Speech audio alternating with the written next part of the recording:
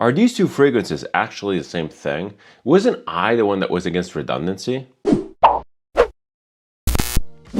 Hello, welcome back to Seldomly Often. I'm Daniel, today we're talking fragrances, and this is a practical review of Frederick Malle's Promise, but also of UDA Quaria by Oman Luxury. These reviews are for fragrances I have a lot of experience with, multiple wears in many situations, and are meant to give you a general idea of what it feels to wear the fragrance. As per usual, I do a lot of research before buying fragrances, but I don't really like to go into details about notes and accords. I'd rather talk about the wear experience as a whole. Welcome to my first double review. This one is a little bit of a new one to me. I decided to review these two fragrances together because of how similar they smell, not only in practice but also on paper. They're both perfumed by the same guy, my buddy Dominique Ropion. They feature pretty much the same notes and overall the same vibe. And on websites like Parfum and Fragrantica, these two are pretty much referencing each other as far as similar options go. Understandably, I would have to say. Just a little bit of a preface here, given that this is a double review, I will not be featuring fragrance options at the end of this video. It would make for too long of a runtime and too big of a workflow on my part. So why do I actually have both of these fragrances? Wasn't I the one that was against redundancy? Yes, I still stand by that. I am strongly against redundancy. It kind of causes me anxiety, but I've had Frederick Malle's Promise for a while now, and it's one of my favorite fragrances from the brand. At the same time though, I was always very interested in the brand of Oman Luxury. For whatever reason, I always found them very appealing. I already have Wanderlust, the 2023 edition by them, and I do like that scent. And when faced with the option to purchase UDA Quaria for an extremely cheap price, I just had to jump on it. Also to see if these were actually different, and if my buddy Dominique Ropion was so bold to use the actual same formula for two different fragrance houses. This is actually a very interesting topic to me. The way perfumers can basically recycle formulas and sell them to different companies is super shameless. I'm really surprised that this is even a thing. And Dominique Ropion is actually one of the more guilty perfumers to do this. Not only these two smell very similar, but he also recycled Baby Cat into the Amouage Attar, which was that Vanilla Barca. He also recycled other stuff. He's very known to do this. It's crazy. Again, I can't wrap my head around how this is even legal. I mean, I know it's legal because otherwise clone brands wouldn't even exist, but the way a perfumer can lend his or her name to two different brands while making basically the same product is just completely beyond my comprehension. So I've had Frederick Malle's Promise for quite a bit now, and I've even featured it in at least one of my fragrance options sections. This one here is a very intense, very bold, very loud, very long-lasting fragrance. It's also, for whatever reason, together with Naso Matto Duro, one of the most disliked fragrances in my collection when asking for an opinion. Everyone says that they don't like it, everyone says that they borderline hate it. It's very gritty, very jarring, very strange. People don't really understand this fragrance, and to be completely honest, I don't really either. It's a very beautiful, contrasting combination with a bright green apple and some sort of an oud note. Well, in this case, it's cypriol, but it has a very woody facet to it, has a very animalic type of edge. Again, this fragrance comes across as gritty, harsh, a little bit bold and in your face. It's just a little bit overwhelming. I personally love wearing this. This for me was love at first sniff. I basically blind bought this because the sample shop where I used to get my samples always was out of Promise for whatever reason. So at some point in time, I just decided to buy it and I completely loved it. I also pretty much love every other Dominique Ropion creation in the Frederick Malle lineup. And I especially love Portrait of a Lady, which I've been blabbering on and on about. To me, it's almost a perfect fragrance. It's one of my favorite fragrances of all time. But I also really liked Cardinal Flower. Recently, I sampled The Night, which I was also in love with. So yeah, Dominique Ropion can't really do anything wrong in my eyes. He's a master perfumer. He has this very interesting combination of old schoolness, old school Frenchness, combined with a very innovative and modern approach. I really like his style. Every other fragrance that I've sampled of his, even from other brands, I've always liked. He's pretty much one of my favorite perfumers ever, together with Bertrand Duchaufour and Karim Vinchon-Spenner. This is kind of excluding perfumers that own their own brand, like Giuseppe Imprezzabile, aka Meo Fuscione. This all being said, again, I really like Promise. It's a very unique fragrance in my eyes. It's probably one of the best Frederick Malle fragrances out there. It's part of the Desert Gem collection. It's actually the cheapest from the Desert Gem collection because it doesn't feature apparently any real oud. It has an UDA Quaria, as I said, based on cypriol. Really good, really interesting stuff. This is really excellent stuff, and I can already say that I highly recommend this fragrance To all of you in the public that like masculine, edgy fragrances, this one here is definitely a standout. So how do I even approach this double review? Because when talking about UDA Quaria, it's going to be more of the same. This Oman luxury fragrance is very, very beautiful. I like wearing it. I like wearing it maybe even more than Promise for reasons that I'm going to be touching upon later down the road. This smells remarkably similar to Promise. Again, it's the same perfumer, same sort of notes, same basic formula. There are some slight changes compared to Promise, but we're going to be talking about those later down the road. But overall, the wear experience comes across as a little bit smoother, a little bit more likable, a little bit more approachable. And as I said, Promise is a very edgy, very bold in your face fragrance, and this sort of retains a lot of that given the fact that they share the same profile. But there's something about the way this is put together, maybe it's the way it's blended, as they say, that really comes across a lot smoother and a lot more likable. I feel that I get much less negative comments when wearing this, and overall the wear experience with UDA Quaria is a little bit less fatiguing and less grating. Promise is an absolutely gorgeous scent. I think I actually like it more between the two, but it is a little bit fatiguing. It's a little bit too overpowering. And I can't stress enough how puzzled I am that this smells so similar to something like Promise. And I would have loved to be a fly in the wall during the conversation between Dominique Cropion and the guys of Oman Luxury. I would have loved to hear the brief that Oman Luxury gave Dominique Cropion. And I just wanted to know what Dominique Cropion's answer was to this. He was like, yeah, you can have my formula, no problemo. It's such a weird thing. Oman Luxury is a premium brand. These fragrances run 200 bucks plus.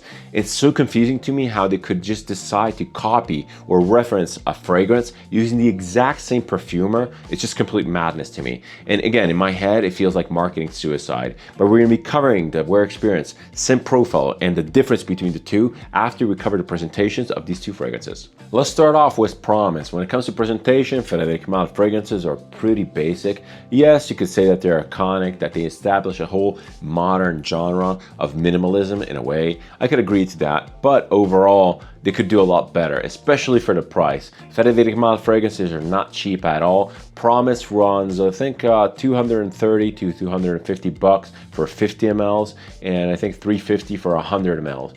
Yes, you could potentially find it a little bit cheaper at discounters, but where I live, the Frederick Malle fragrances really never appear at discounters, especially the cool ones like Portrait of a Lady and Promise. So I pretty much paid full retail for this.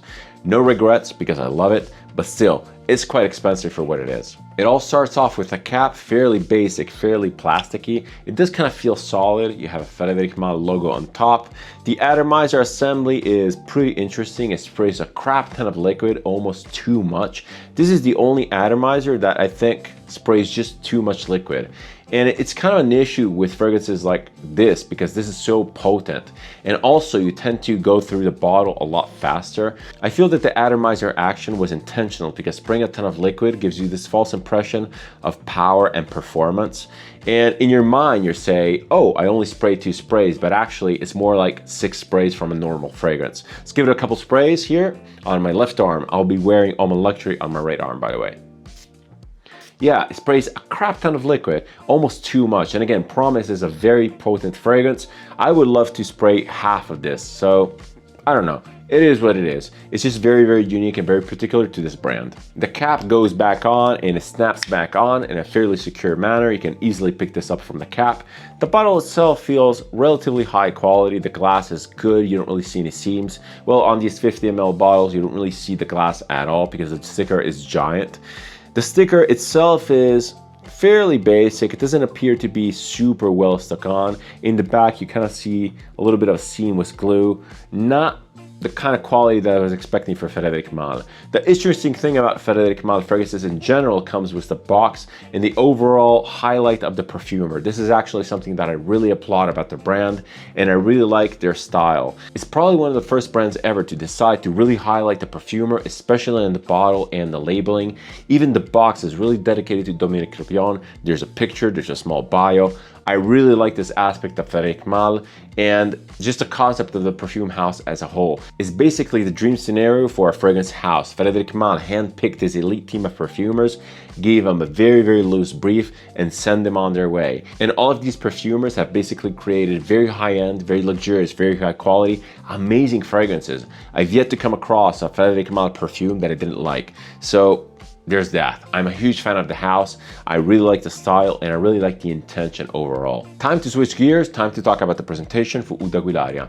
Oman Luxury is a house that I've been always intrigued about, but kind of left me with mixed feelings, but I'll talk about that in a sec. Presentation wise, I have absolutely nothing to say. These fragrances are absolutely amazing. Beautiful packaging. It starts from the box, magnetic opening, absolutely incredible. The fragrances themselves feel heavy, feel luxurious, insanely beautiful glass, very, very transparent, barely any visible seams. It's just super high quality, really, really high end. The cap is magnetic, it's very heavy, beautiful engraving on the top. Yes, it's plastic, but it feels high quality. It feels incredibly well thought out. It snaps on the fragrance magnetically, as I said, very, very solid. I really like the action. I even like this collar over the fragrance nozzle. Incredible stuff. The atomizer action is one of the best in the business. Super diffusive, super pressurized. It's a joy to use. Let me give a couple sprays on my right arm here.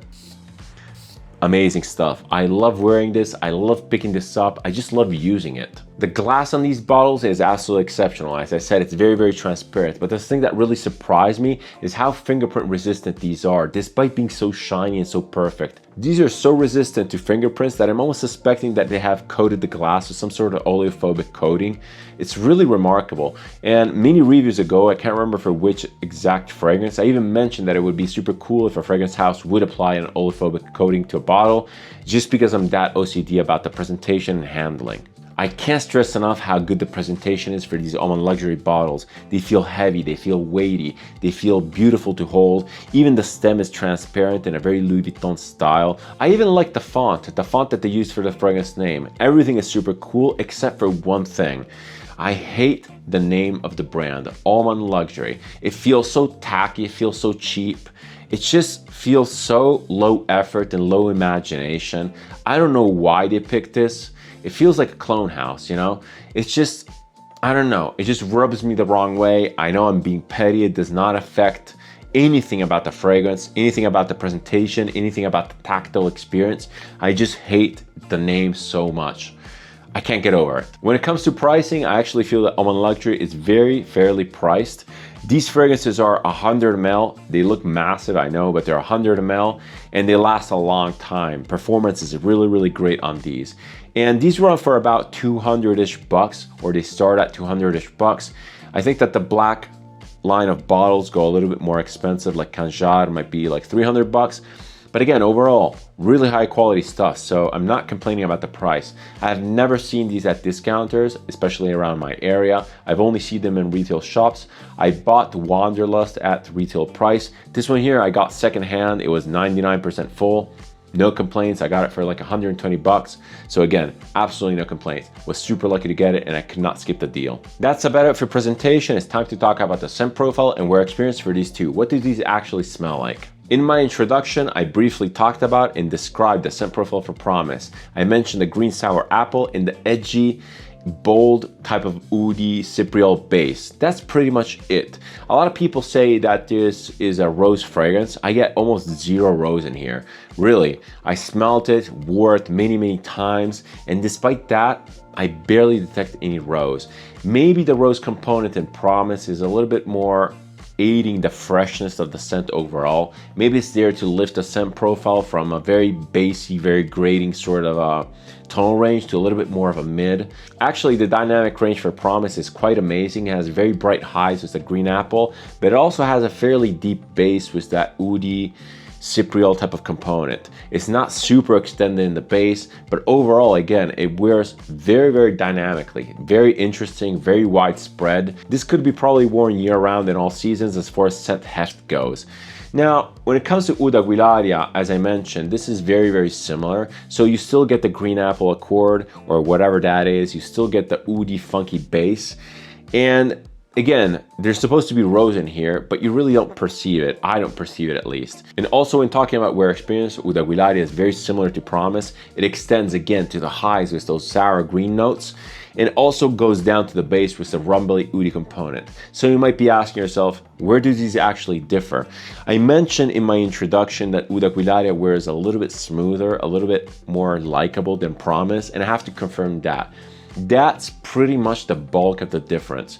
Again, as far as scent profile goes, as far as transition goes, as far as detectable notes go, these are exactly the same. What changes is the fact that Promise is very grating, very edgy. It feels like nails on a chalkboard to a degree, to a very exciting degree. I don't think it's necessarily a fault. It's a very exciting, bold fragrance. But UDA Quaria basically takes the same exact formula and just sands it down, removing all the rough edges and any kind of imperfection.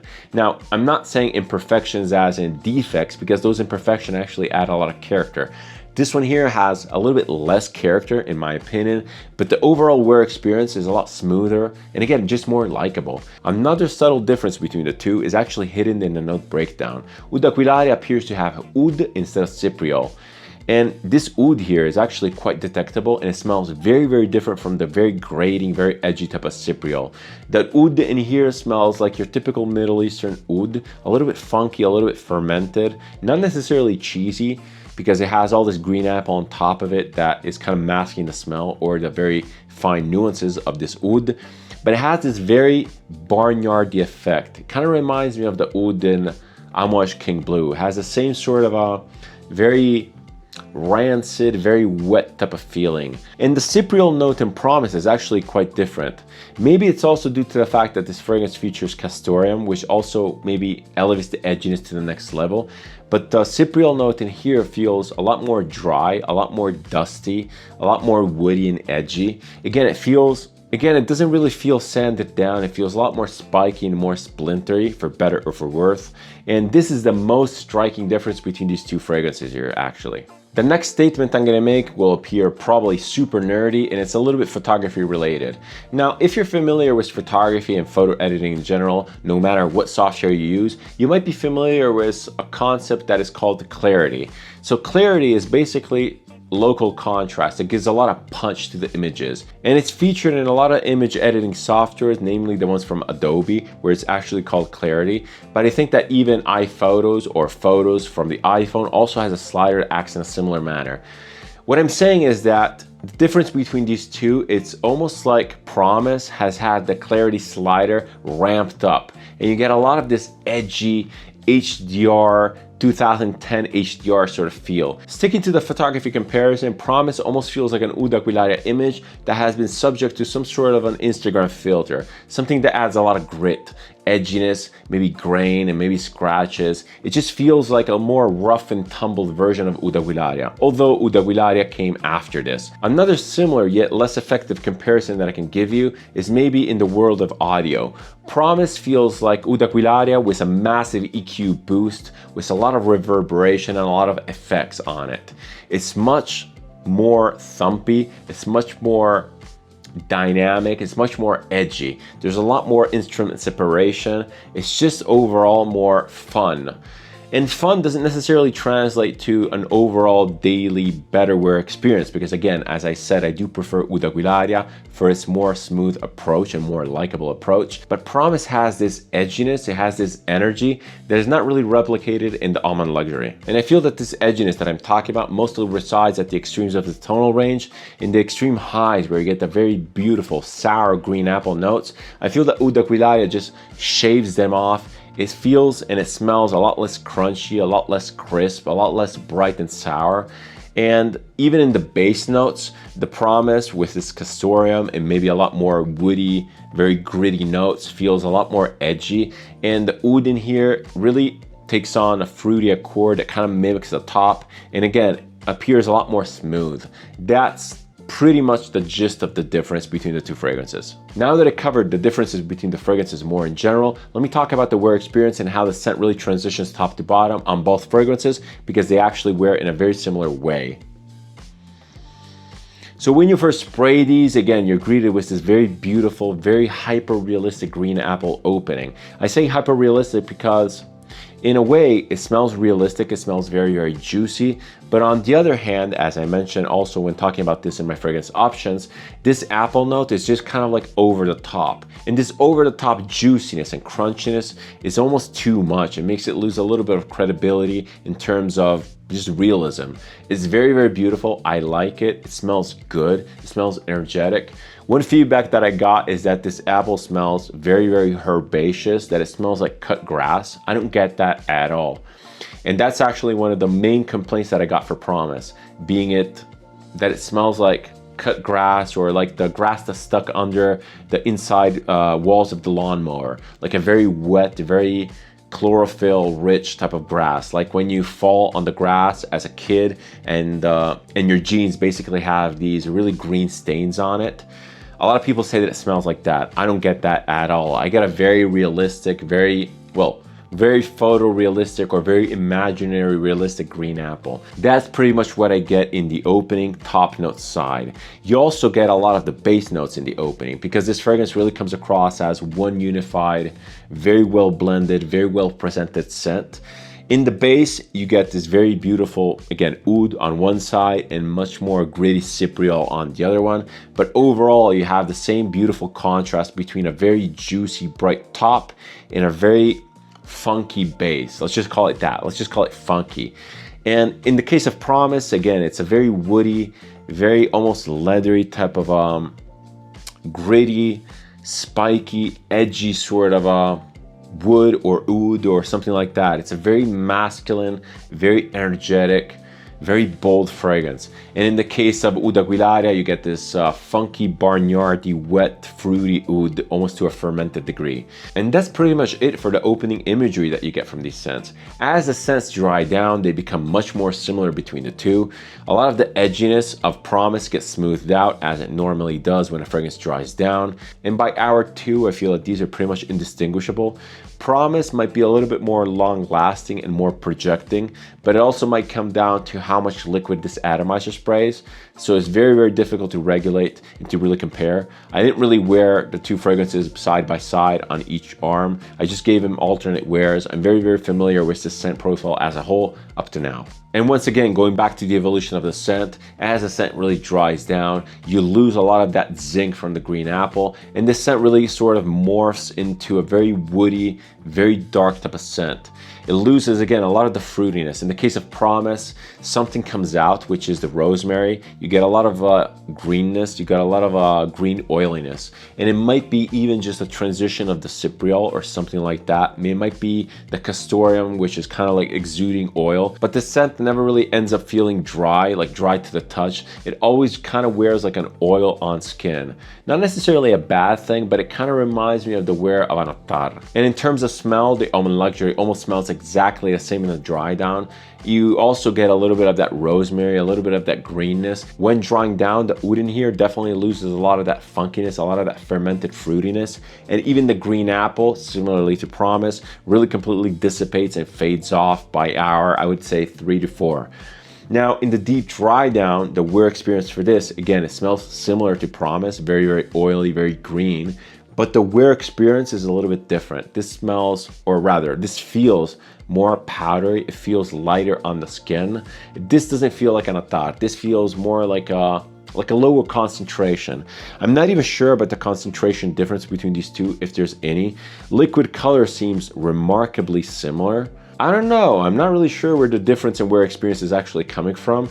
It's very, very subtle, and I'm only noticing this because I have the two scents with me and I'm basically A-Bing them. And as far as overall wear experience and scent profile, especially when perceived by externals, I can 100% guarantee that no one would be able to tell these apart. If you were to have both of these scents and wear them alternatively, no one would ever question the fact that you're wearing different fragrances. They're very, very close. Again, it's in the nuances, it's in the likability. I tend to get a little bit more appreciation towards this just because it smooths things off. This feels like Promise in a little bit more of a dry down type of state. And this again has an edginess which is very, very fun and very energetic. I would say that these are absolutely 100% redundant to each other. I'm not really sure if I'm going to keep both of them. If I do not end up keeping both of them, I might just keep Promise because I like the scent profile a tiny bit more. I'm attached to the bottle and I don't wear this a lot. And when I do wear it, I'd rather go for the full edgy boldness. Okay, this video is becoming long enough as it is, so let's quickly touch upon the practicalities. As far as performance goes, these two are absolutely insanely good. The longevity on these is very, very good. You get easily 8 to 10 hours, maybe even 12 hours plus of wear. Projection is very, very loud, especially in the first 2 hours of wear. It kind of peters off after hours 3 to 4 when these two scents pretty much smell identical. Promise feels a little bit louder, but again, it might come down to how much liquid this thing actually sprays. The projection curve overall is actually quite good. It's not abrupt, it's not jarring. It's very, very natural feeling. Again, it's just insanely loud. And if you want to really ride that first projection for maybe like an event or like a party, be sure to spray it just before you go in the door because again, it doesn't last all that long. As far as versatility and use cases, these are all not that great. They have a very strange scent profile with a very contrasting top note to bottom note. That green apple there doesn't really merge well with the oud or cypriol bottom. It's just jarring and strange. It's really difficult to understand and it's really foreign and alien to most people. I myself, I still don't understand the scent profile completely, and Frederick Malle is known for being very, very intentional. So if someone knows what the Promise name is relating to when talking about the scent profile, please let me know in the comments. UDA Quaria, I feel it's a little bit more of a generic name and they're mostly copying Promise anyway, so I don't really regard them as original. Overall, it's a very specific scent profile, very, very unique. I've never smelled anything like this around. No one is wearing this, and especially in Western countries, this comes across as a little bit jarring and definitely thought-provoking, I would say. That being said, use case wise, if you can get over the scent profile and no one complains around you, these can pretty much go casual to elegant, although they're a little bit more suited to evening loud events just because they're so unique and different, and you can really overspray in that case without really needing to justify your actions. But yeah, they feel kind of casual. They have a very fun type of aspect to them. Again, that green apple contrast with the oud note is very interesting, very edgy. I like wearing these. I wear them despite not being necessarily super likable to people around me, but I just still like wearing these just because they're really cool. And they just make for a fun, energetic day. These two scents are actually very energetic. They kind of make me want to do stuff. They're very productivity fueling in a way. Really cool stuff. I enjoy wearing them in my day-to-day activities, and at night I would think that they would make really, really great, really loud party scents. When it comes to seasonality, as I said, these are pretty much 4-season all year round scents in my opinion. You could say that due to the density and scent profile, these are more conducive to winter months, but I wouldn't necessarily agree. I feel that these in the summer, in the heat, really bloom. And again, you really have to embrace the weird scent profile, the weird energy that these have. And I'm of the opinion that when wearing these, you should just fully embrace the energetic, edgy personalities that these have. They're super fun and they would really work well in the summer for me. As far as demographics goes, I can totally see how these would lean a little bit more masculine in people's eyes. They have a very edgy, very gritty type of feeling to them, very strange. But again, if you love fruits, if you love green apple, if you love oud and that contrast that they have, by all means, totally unisex, totally wearable. These would probably smell really interesting on a woman. I can't really imagine these on a woman, but they would probably smell really interesting. And I really applaud women that wear very edgy, very bold, very loud scents. And when it comes to age, I feel like these are pretty universal. They could probably easily appeal to a teenager and even to a more mature audience. They're really cool, they're really fun. You just have to be in that vibe and that mood. When it comes to imagery and narration, these are not really storytelling per se. Frederick Malle fragrances are not necessarily narrative driven. They're a little bit more perfumes. Even the more exotic, abstract ones like the night don't really transport me to a place, don't really tell me a story. And again, UDA Quaria is a fairly straightforward copy of Promise, so it doesn't even have the nuances and meaning. Again, if you know what Promise means, leave a comment down below. So they're both fairly functional fragrances while not being really functional and likable. Okay, time to close off this review with my final recommendations and overview. So again, these two scents are very, very similar. Do I recommend one over the other? Do I recommend these scent profiles as a whole? First of all, which one should you get between UDA Quaria and Promise? I would say it all comes down to circumstances and availability. I would not focus on the various differences in scent profile. They're very minute differences at that, because they smell remarkably similar. And unless you have both fragrances and compare them in an A/B style like I'm doing now, you probably won't be able to tell them apart. That being said, price aside, if you're a little bit more keen on a smoother experience, just get the Oman Luxury. It's a little bit more refined, it's a little bit more sanded down. If instead you're really into embracing the edgy, animalic, bold, in your face nature of Promise, by all means go with this one here. It's absolutely amazing. I like them both. Again, I'll be keeping these both for a fairly long time until I really decide what to do. I feel that just for the bottle alone, I want to keep the UDA Quaria, and for scent profile alone, I want to keep Promise. But given the fact that this is a more precious fragrance to me, I'm actually happy to go through UDA Quaria, have the same sort of effect of Promise without really ruining and creating a massive dent in this fragrance. I know it's absolutely ridiculous and I'm fully aware of that, but I have this thing where fragrances from the same brand need to be consumed at the same rate. I know, it's super dumb. I can't do anything about it. It's just kind of like my OCD coming in. But I'm happy to use UDA Quaria when I don't feel like wearing Promise that much. As far as my recommendations for the scent profile in general, I have to say that it's really unique and it's a must smell if you're into fragrances, if you're into more Middle Eastern Oriental style fragrances that are edgy and bold. Either one will suffice. It will give you a good idea of what this is all about. It will give you a really fun time, and I actually think that a smallish decant like a 5 ml will probably suffice and last you a really long time. Unless you decide to signature set this stuff, at that point I would say almost go for the UDA Quaria because it's a little bit better bang for buck. Another kind of stupid thing to consider, which is kind of important to me though, because I'm a little bit OCD, is that if you have a lot of Oman Luxury fragrances and no Frederick Malle fragrances, you might just want to add another Oman Luxury to keep it stylistically together. And at the same time, if you have a lot of Frederick Malle fragrances but no Oman Luxury fragrance, I would probably go for Promise just to keep it consistent. And I know that I'm kind of weird, but I'm pretty sure that someone in there watching feels the same way as me. All right, enough talking. I'm really fatigued. My voice is fatigued. It's becoming grating. These scents are amazing. You have to at least sample them. They're really fun, highly recommended.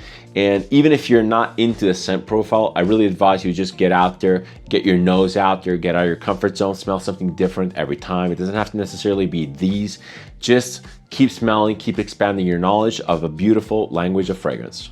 If you like this type of content, if you like my approach to video, feel free to subscribe. It's always massively appreciated and helps the channel. If you want to interact with me with a comment, suggestion, opinion, or anything else down below, I always reply and I always keep the conversation open. Thank you so much for watching. Thank you so much for your time. It's never taken for granted. Many more reviews to come, many more videos to come. As per usual, see you in the next one, and cheers.